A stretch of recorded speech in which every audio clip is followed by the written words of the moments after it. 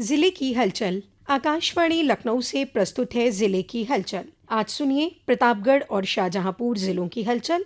पहले सुनते हैं प्रतापगढ़ जिले की हलचल। आलेख है अजितेश त्रिपाठी का।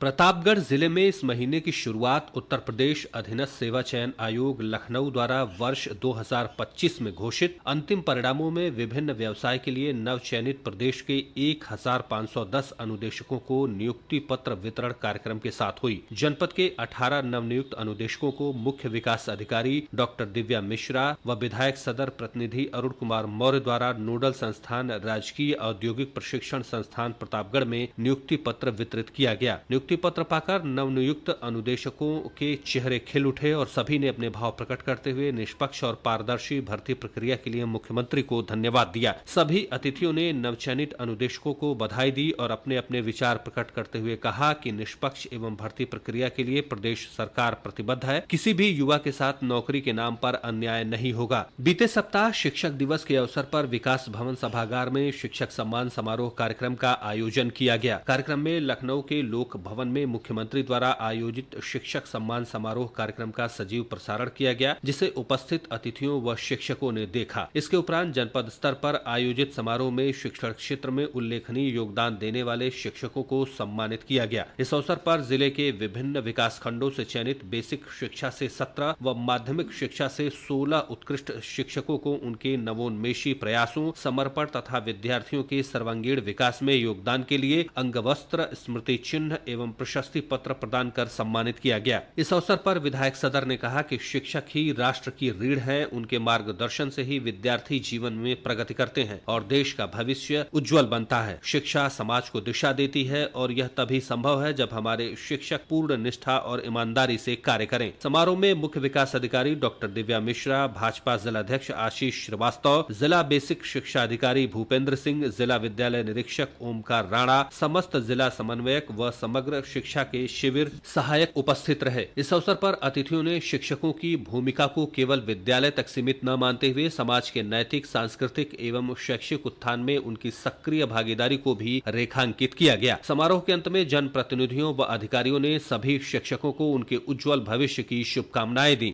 जिले में खरीफ की फसल को देखते हुए किसानों को खाद की कमी न हो पाए, इसको लेकर जिला प्रशासन द्वारा व्यापक तैयारियां की गईं। जिला सहकारी बैंक अध्यक्ष राजीव प्रताप सिंह उर्फ नंदन भैया ने सभी सहकारी समितियों की बैठक आयोजित करके उन्हें निर्देश दिया है कि किसानों को डीएपी की कमी न होने पाए, उन्हें खाद के लिए परेशान न होना पड़े। इसकी व्यवस्था सरकारी समितियों को करने के निर्देश दिए गए हैं। समितियों में खाद लेने आने वाले किसानों को बैठने व पानी की व्यवस्था भी की गई है। भारत सरकार की तरफ से जिले की सहकारी समितियों को लगातार खाद की प्राप्ति हो रही है। यहाँ खाद की कोई कमी नहीं है। इस बारे में जिला सहकारी बैंक के अध्यक्ष राजीव प्रताप सिंह उर्फ नंदन भैया ने आकाशवाणी को बताया।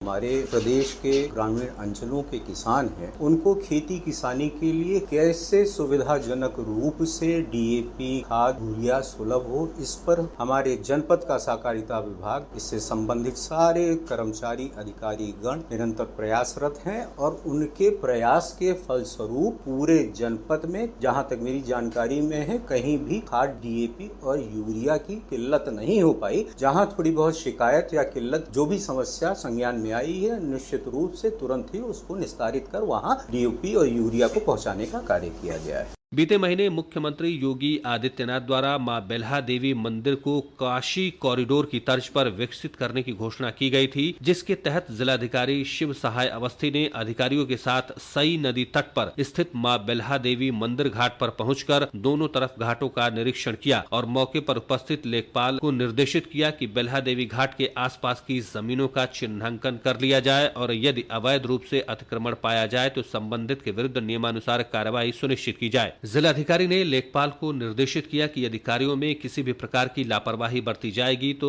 उनके विरुद्ध कार्रवाई सुनिश्चित की जाएगी। निरीक्षण के दौरान पाया गया कि बेल्हा देवी घाट के सौंदर्यीकरण का कार्य पर्यटन विभाग और बंधन पार्क का कार्य नगर पालिका परिषद बेल्हा द्वारा कराया जा रहा है, जिस पर जिलाधिकारी ने संबंधित को निर्देशित किया कि अधूरे कार्यों को जल्द से जल्द पूर्ण किया जाए। उन्होंने यह भी निर्देशित किया कि मां बेल्हा देवी धाम पर पार्किंग व्यवस्था, कॉरिडोर आदि व्यवस्थाओं को और अधिक विकसित करने हेतु प्रस्ताव तैयार कर शासन को भेजा जाए।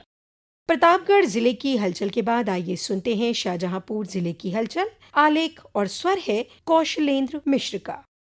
प्रदेश सरकार के गन्ना विकास एवं चीनी मिल मंत्री लक्ष्मी नारायण चौधरी की अध्यक्षता में गन्ना शोध परिषद में गन्ना विकास कार्यक्रमों की समीक्षा बैठक आयोजित की गई। बैठक में गन्ना एवं चीनी उत्पादन, एथेनॉल व शीरा उत्पादन में उत्तर प्रदेश को प्रथम स्थान प्राप्त होने पर चर्चा हुई। गत 8 वर्षों में 2,89,445 करोड़ का रिकॉर्ड गन्ना मूल्य भुगतान एवं 6,924 करोड़ का निवेश बताया गया। मंत्री ने समितियों को भवनों का जीर्णोद्धार, विद्यालय, महाविद्यालय संसाधनों का उन्नयन, महिला सशक्तिकरण के प्रयास, प्राकृतिक खेती व ड्रिप इरिगेशन को बढ़ावा देने के निर्देश दिए। डिजिटलीकरण के माध्यम से गन्ना पर्चियां, बजट, स्वीकृत एवं संतुलन पत्रों के अपडेट पर भी बल दिया गया। बैठक में सांसद, बैंक अधिकारी, शोध परिषद निदेशक, आयुक्त व अन्य वरिष्ठ अधिकारीगण उपस्थित रहे। प्रदेश में पहाड़ों पर भारी बारिश और द्यूनी बांध से लाखों क्यूसेक पानी छोड़ जाने पर शाहजहांपुर में पूरे 7 दिनों तक भयानक बाढ़ की स्थिति रही। शाहजहांपुर शहर की गर्रा और खन्नौद नदी उफान पर थी, जिसकी वजह से नदी के आसपास की कॉलोनी में बाढ़ का पानी भर गया। NH 24 पर पानी रहा। होटल, रेस्टोरेंट, घरों में, स्कूलों में पानी ही पानी रहा। मकानों में पानी भरने से यहाँ हजारों लोग अपने घरों में फंसे रहे। जिला प्रशासन की ओर से बाढ़ से निपटने के व्यापक इंतजाम किए गए। पीड़ितों को सुरक्षित राहत शिविरों तक पहुँचाया गया। ददरौल क्षेत्र से भाजपा विधायक अरविंद सिंह ने तहसील के अधिकारियों के साथ बाढ़ से प्रभावित क्षेत्रों में पीड़ितों को राशन व जरूरत के सामान से संबंधित किटों का वितरण किया। भाजपा विधायक अरविंद सिंह द्वारा बाढ़ प्रभावित गांव मियापुर, गौटिया, उटाहा सहित लगभग आधा दर्जन से अधिक बाढ़ प्रभावित लोगों तक पहुंचकर उन्हें राहत सामग्री प्रदान की गई। इस दौरान तहसीलदार, सदर नायब तहसीलदार व अन्य अधिकारी मौजूद रहे।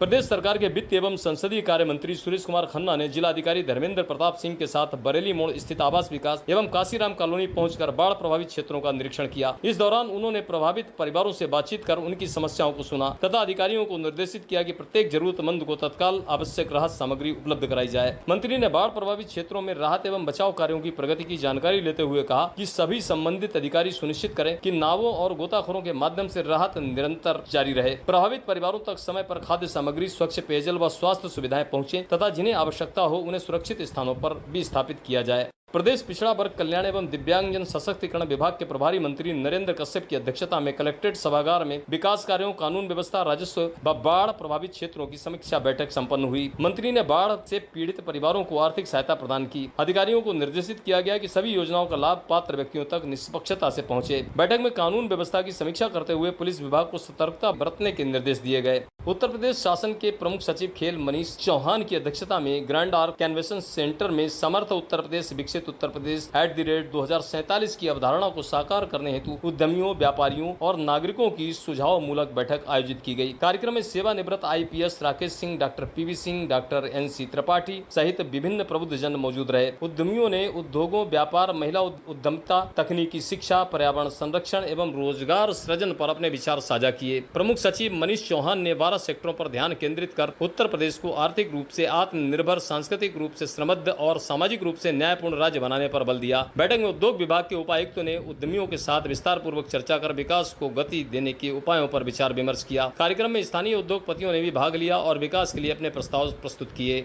उत्तर प्रदेश सरकार और मोक्ष आश्रम ट्रस्ट के बीच स्वामी सुखदेवानंद राज्य विश्वविद्यालय स्थापना हेतु MOU पर हस्ताक्षर हुए। प्रमुख सचिव उच्च शिक्षा MP अग्रवाल और मुमुक्ष आश्रम के स्वामी चिन्मयानंद सरस्वती ने लखनऊ में MOU साइन किया। इस महत्वपूर्ण कदम से शाहजहांपुर अब शिक्षा के क्षेत्र में वैश्विक मानचित्र पर उभर कर सामने आएगा। मुमुक्ष आश्रम ट्रस्ट द्वारा लगभग 1.08 अरब मूल्य की चल अचल संपत्ति राज्य सरकार को उपलब्ध कराई गई है। विश्वविद्यालय में NC से PhD तक शिक्षा की सुविधा एक ही कैंपस पर उपलब्ध होगी। जिलाधिकारी धर्मेंद्र प्रताप सिंह की अध्यक्षता में डिजिटल क्रॉप सर्वे अंतर्गत खसरा पड़ताल की प्रगति की समीक्षा बैठक कलेक्ट्रेट सभागार में आयोजित की गई। बैठक में जिलाधिकारी ने ब्लॉकवार खरीफ फसल सर्वे में लगे रोजगार सेवकों की कार्य प्रगति की विस्तृत जानकारी ली। सर्वे के दौरान पाया गया कि तिलहर एवं खुदागंज ब्लॉक में सर्वे कार्य में काफी अनियमितता व लापरवाही बरती जा रही है। इस पर जिलाधिकारी ने दोनों ब्लॉकों के 3 रोजगार सेवकों की सेवा समाप्त करने तथा संबंधित MPO को भी हटाने के निर्देश दिए। साथ ही खंड विकास अधिकारियों को प्रतिकूल प्रविष्टि दर्ज करने का आदेश भी दिया। जिलाधिकारी ने कहा कि सर्वे कार्य में लापरवाही करने वाले सर्वेयर को बिल्कुल भी बख्शा नहीं जाएगा। उन्होंने कृषि सहायक, पंचायत सहायक एवं ग्राम रोजगार सेवकों के विरुद्ध सख्त कार्रवाई सुनिश्चित करने के साथ प्रत्येक ग्राम रोजगार सेवक एवं पंचायत सहायक को फील्ड में क्रॉप सर्वे हेतु सक्रिय रूप से भेजे जाने हेतु निर्देशित किया।